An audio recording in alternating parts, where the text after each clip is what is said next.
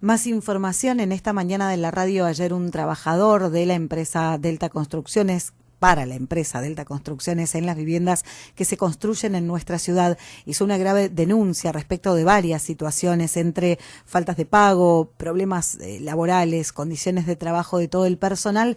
Recibíamos hoy y hacíamos referencia a la nota, el comunicado que envió la empresa en respuesta a lo expresado por José Luis Jofré, y vamos a hablar con quien es el presidente y apoderado de la empresa, Héctor D'Amore, que ya está en línea. Héctor, buen día, muchísimas gracias por atendernos. Andrea Pérez de Radio Mágica de Pehuajó lo saluda. Andrea, mucho gusto, buen día. Le quedo sumamente agradecido por permitirme ejercer el derecho de réplica en función de las falsas denuncias que ha proferido con absoluta difamación, sin fundamentos, este señor que usted menciona, que es un ex operario de la empresa. Bien, bueno, corresponde el derecho a réplica y lo importante es conocer la situación desde el otro lado, escuchar la otra campana. ¿Cómo llega la empresa Delta Construcciones a trabajar en las 41 viviendas de este programa en Pehuajó? Bueno, la rectifico, no es Delta Construcciones, la razón social correcta es Delta Constructora, Sociedad Anónima.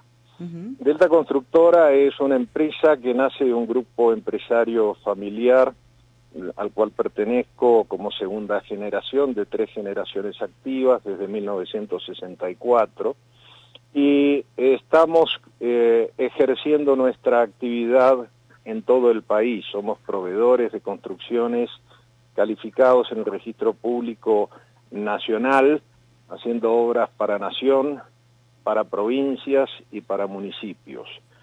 Hoy altamente concentrados en provincia de Buenos Aires, que es en el cuadro federal la provincia que actualmente tiene mayor cantidad de obra pública en todo el país. Llegamos a constituir contrataciones, entre otros, en el partido de Pehuajó, a través del sistema de licitaciones públicas. Bien. ¿A partir de cuándo llega la empresa a trabajar en Pehuajó? Con precisión no lo sé, pero hace aproximadamente 3 meses, 3, 4 meses que estamos ejecutando obras allí. Bien. ¿Y cómo es el sistema de contratación del personal que trabaja en las obras? Mire, hay prácticamente 2 sistemas que conviven. Por un lado, se contratan empresas subcontratistas, que son pequeños empresarios que prestan el servicio de mano de obra, básicamente, a quienes se les proveen solamente los materiales. El resto de la mano de obra queda exclusivamente a su cargo. Normalmente se celebran contratos que usualmente son escritos en estos subcontratos, donde el subcontratista asume toda la responsabilidad laboral respecto de sus dependientes. Y en paralelo a esto, hay empleados directos bajo relación de dependencia directa con la empresa. Bien. ¿Cuál era la condición de la persona que se presenta ahora a hacer la denuncia? Inicialmente el señor José Luis Jofré, juntamente con su hermano Walter Jofré, y creo que son 5 personas más, cuyos apellidos no recuerdo, oriundos de la ciudad de Rosario, ingresan a prestar servicios para un subcontratista, David Agüero. Este señor David Agüero presta servicios durante el mes de agosto y parte del mes de septiembre. Se le hacen regularmente pagos, los pagos están acreditados bancariamente, de manera que es falsa el comentario que hizo Jofré en la audiencia radial que ustedes le concedieron. Percibe la totalidad de las prestaciones en tiempo y forma, y al cabo de un mes desaparece, desconociendo nosotros cuál fue su paradero, bloqueó teléfonos, bloqueó todo tipo de comunicaciones y dejó en estado de abandono al personal. Con este motivo, le dimos la oportunidad al señor Jofré y su equipo de trabajo, sus compañeros de trabajo, de continuar bajo la subcontratación de otro subcontratista, Daniel Fernández, con quien prosiguió en esta misma jerarquía o categoría o condición o naturaleza jurídica de contratación con Daniel Fernández hasta aproximadamente mediados del mes de octubre. También habiendo recibido los pagos en forma regular, que ahora sí efectivamente percibieron según el propio Jofré declara. A partir de mediados de octubre pasamos a tenerlos en forma directa porque se rescindió el contrato con Daniel Fernández y Daniel Fernández también quedó incorporado en forma directa dentro del personal de la empresa. Y desde entonces perciben sus remuneraciones en forma directa por libros y registración de la empresa. El día 23 de octubre, después de una gira de inspección en la que yo personalmente estuve en la obra, se produjeron eventos de naturaleza violenta. Yo no los conocí personalmente porque no me encontraba allí. Yo resido a 1000 kilómetros de distancia en Mendoza. Tomé conocimiento de que el señor Jofré, junto con otro grupete de sus colaboradores o su equipo de trabajo, habían hecho desmanes en la obra, violentándose, rompiendo instalaciones, en carácter de queja, porque pretendían que lo que no les pagó el señor Agüero en el mes de agosto, debía responsabilizarse Delta de asumir este pago. A raíz de estos acontecimientos, tomo conocimiento en la misma oportunidad que el señor Jofré y algunos otros miembros de su equipo habían estado sustrayendo elementos de la obra, esto es, materiales, herramientas, que es público y notorio. Tan sabido es que hasta se enteraron y tomaron conocimiento de estos hechos sus propios compañeros de trabajo, empleados de Delta, que así dan testimonio de ello, y algunos vecinos de los barrios adyacentes, quienes vieron personalmente cómo el señor Jofré sacaba materiales, hierros y otros elementos, y los comercializaba, cobrándolos y entregándolos en el perímetro de la obra. Bien. En base a esto es que se radicó una denuncia.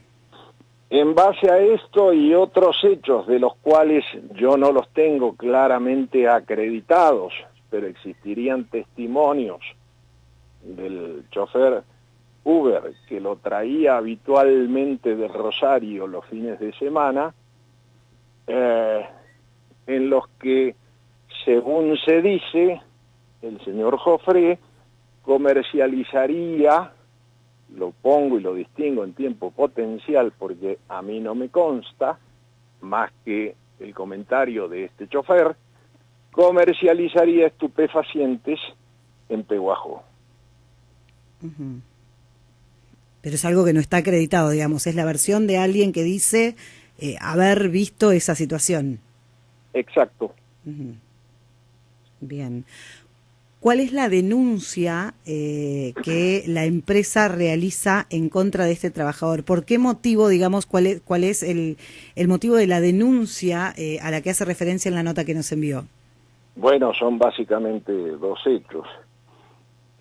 Primero, el de usurpación, violencia, este piquete rompiendo cosas e instalaciones de la empresa, y la segunda es la relativa a la sustracción de máquinas, herramientas, amoladoras, cizallas y materiales de la obra. Por otra parte, al señor Jofré se le proveía, y a su equipo de trabajo, vivienda, en una vivienda que alquila Delta Constructora, que no la ha desocupado, que no ha pagado alquileres, y hoy se encuentra en carácter de usurpador.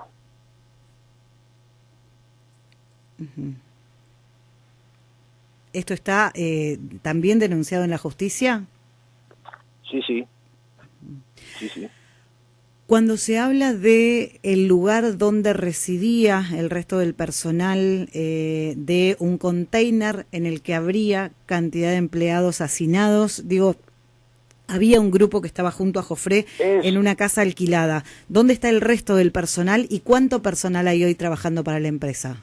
Es falso de falsedad absoluta. Mire, Andrea,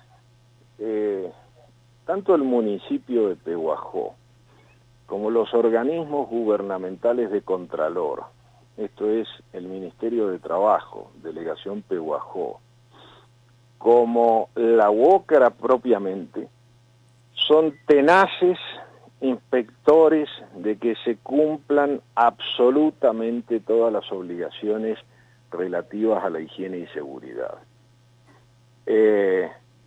Hay, por ejemplo, un contenedor amplísimo, que es exclusivamente sanitario. Allí hay duchas, hay baños, que tiene un alto costo de locación, de alquiler, pero es impecable y en cantidad suficiente y adecuada al personal, a la cantidad de personal que existe en obra. Hay no uno, varios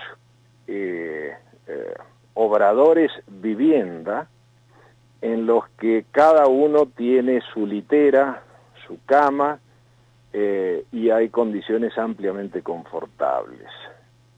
Hay cocina, se cumplen absolutamente todas las normas de higiene y seguridad. Es falso que haya un estado de hacinamiento, de ninguna manera. ¿Cuántos empleados están hoy trabajando para Delta en Pehuajó? Mire, no lo sé con precisión, pero más de 30 con seguridad. No lo, perdón, ¿no lo sabe con precisión? No lo sé con precisión, pero más de 30 con seguridad.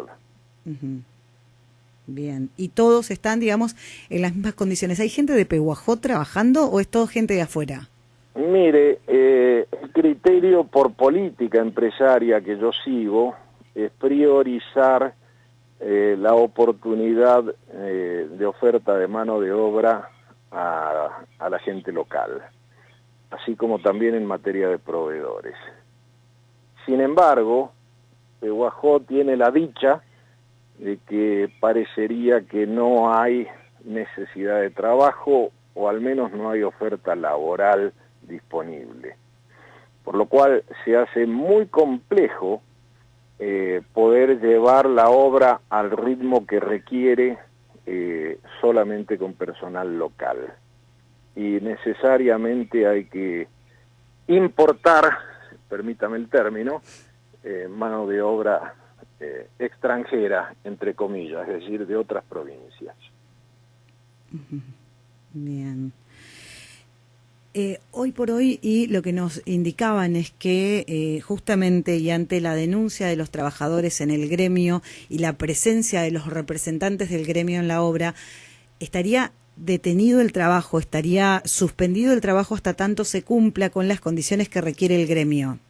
¿Esto No, es así? es incorrecto, la obra está en plena marcha y ejecución. Es falso eso. Lo que ha habido fue una inspección recientemente, el día lunes de esta semana, y juntamente con esta inspección decretaron un estado asambleario, estado jurídico que yo desconocía. Pregunté si se trataba de una interdicción de la obra, que sí jurídicamente la conozco, suspensión o paralización se denomina, y me manifestó el delegado de UOCRA, representante de UOCRA, que no era ni suspensión ni paralización, que era simplemente estado de asamblea por 24 horas, que cesó el día martes a las 0 horas, digamos.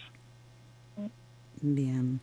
La relación hoy por hoy con los proveedores que decía priorizan la localía, ¿está normalizada? ¿Hay algún tipo de demora en los pagos? ¿Hay algún tipo de demora en las entregas? ¿Cómo se está trabajando con los proveedores locales?